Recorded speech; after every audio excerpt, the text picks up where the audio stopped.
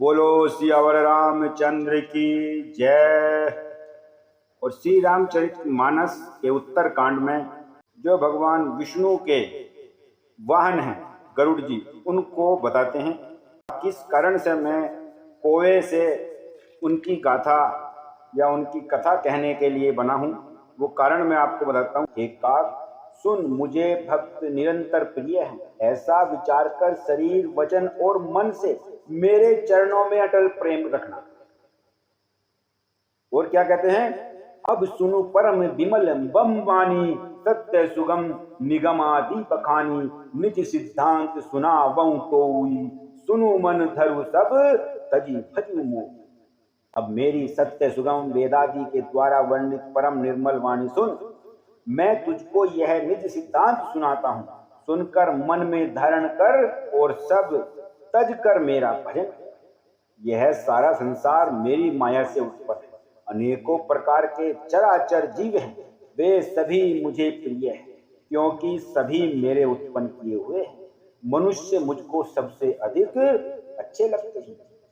उन मनुष्यों में भी द्विजों में भी वेद को धारण करने वाले, उनमें भी वेदो भक्त धर्म और पर चलने वाले, उनमें भी विरक्त मुझे प्रिय हैं। वैराग्यवानों में फिर ज्ञानी और ज्ञानियों से भी अत्यंत प्रिय विज्ञान है।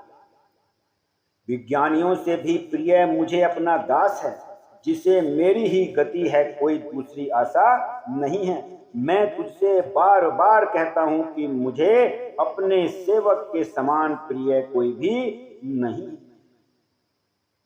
भक्तिहीन ब्रह्मा ही क्यों न हो, वह मुझे सब जीवों के समान ही प्रिय है, परंतु भक्तिमान अत्यंत नीच भी प्राणी मुझे प्राणों के समान ही प्रिय लगते हैं। यह मेरी घोषणा है। पवित्र सुशील और सुंदर बुद्धि वाला सेवक पता किसको प्यारा नहीं लगता।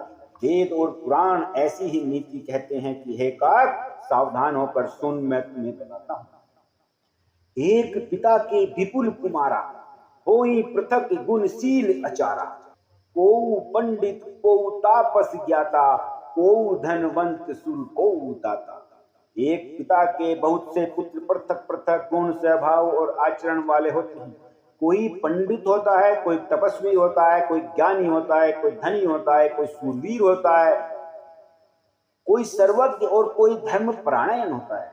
पिता का प्रेम इन सभी पर समान होता है, परंतु इनमें से यदि मन वचन और कर्म से पिता का ही भक्त हो, स्वपन में भी दूसरा धर्म नहीं जानता हो, वह पुत्र पिता को प्राणों के समान प्रिय होता है। फिर भी चाहे वह सब प्रकार से अज्ञान हो, मूर्ख हो। इस प्रकार त्रियक देव मनुष्य और असुरों समेत जितने भी चेतन और जड़ जीव हैं, उनसे भरा हुआ यह संपूर्ण विश्वास मेरा ही पैदा किया हुआ है। अतः सब पर मेरी बारंबार दया है, परंतु इनमें से जो मद और माया छोड़कर मन वचन और शरीर से मुझको भजते हैं, वह पुरुष ही मुझे सबसे अच्छे लगते हैं। प्रभु श्री राम जी ने यहाँ पर एक बात बहुत अच्छी कही है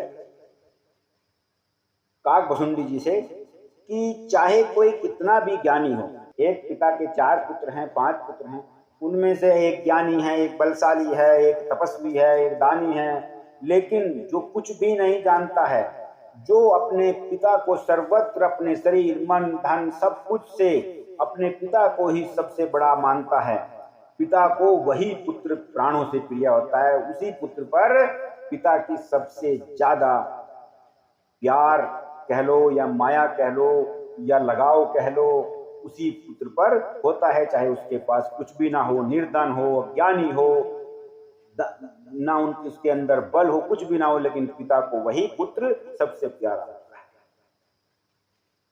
हे पक्षी, मैं तुझसे कहता हूं, पवित्र सेवक मुझे प्राणों के समान प्यारे हैं। ऐसा विचार कर सब आशा भरोसा छोड़कर मुझी को भजना शुरू कर दे। कभऊ काल ने व्यापी तो ही, सुमीरेसु भजेसु निरंतर मोही, प्रभु वचन मृत सुनी ने अघाऊं, तनु पुलिकत मन अति हर्षा। इतना सुनते ही काक भुसुंडी जी का मन प्रसन्न हो गया और तुझे काल कभी नहीं व्यापेगा। श्री राम जी कहते हैं कि अब तुझे काल कभी नहीं व्यापेगा, निरंतर मेरा स्मरण भजन करते रहना। प्रभु के वचनामृत सुनकर मैं तृप्त नहीं होता था, मेरा शरीर पुलकित था और मैंने मन में ही अत्यंत हर्षित, मैं मन ही मन में बहुत हर्षित हो रहा। और सो सुख जाने मन अरुकाना, नहीं रसना पही जाई बखाना। प्रभु शोभा सुख जान ही नैना, कहीं की सकहीं की नहीं नहीं बयाना। वह सुख मन और कान ही जानते हैं, जीभ से उसका बखान हो ही नहीं सकता है।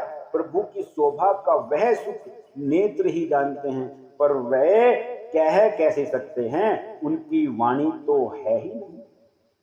मुझे बहुत प्रकार से भली बात समझाकर और सुख देकर प्रभु फिर वही बालक के खेल करने लगे।